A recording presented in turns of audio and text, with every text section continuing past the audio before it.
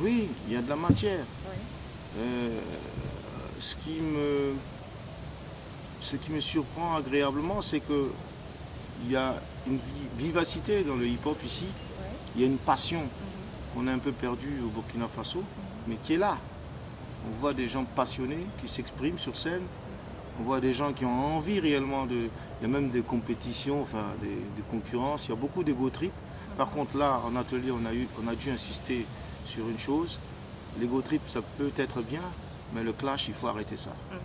Parce que C'est le problème dans sein du l'histoire, en rap tout malien. cas, dans l'histoire du hip-hop, on a remarqué que le clash n'a jamais rien apporté, en tout cas en Afrique. Bon, on pourrait même dire à l'extérieur, hein.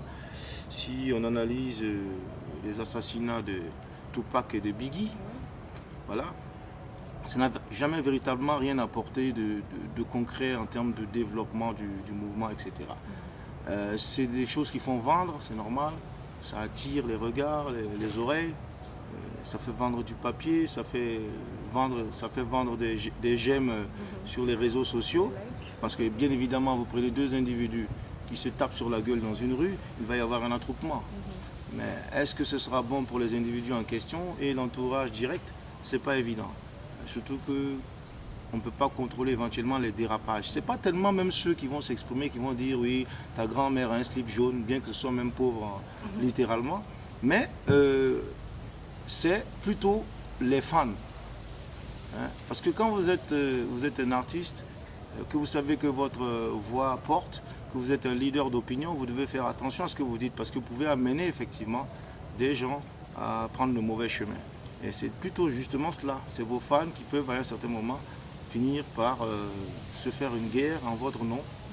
Et je crois que le sens de la responsabilité que nous devons avoir dans le hip-hop, parce que je rappelle que hip, ça veut dire, c'est censé vouloir dire intelligence, branché, et hop, c'est le mouvement, la danse, etc. Donc ça veut dire que quelque part, et c'est un mouvement qui est né aussi avec la Zulu Nation, les Black Panthers, etc. La conscience noire, alors c'est nécessaire quand même d'avoir ça à l'esprit et que c'est pas un mouvement de bling bling, voilà, c'est pas pour briller et puis bon bref, j'ai pas de leçon à donner aux rappeurs qui le pratiquent tant qu'ils vendent des disques, mais je dis que ça doit rester du business. Ça doit pas être, on ne doit pas en venir aux mains et au crime, sinon c'est entacher le mouvement, c'est donner une fois de plus raison à tous nos détracteurs qui disent que le rap c'est pas de la musique. Voilà. Donc je ne conseillerais pas en tout cas aux jeunes de pratiquer ce qu'on appelle le clash, surtout avec nos réalités culturelles d'ici. En tant que Koro, si un Doro me clash, ça, il peut être sûr que je ne vais pas user uniquement de mes capacités d'écriture ou de réaction en rap. Je vais aussi user de mes capacités physiques.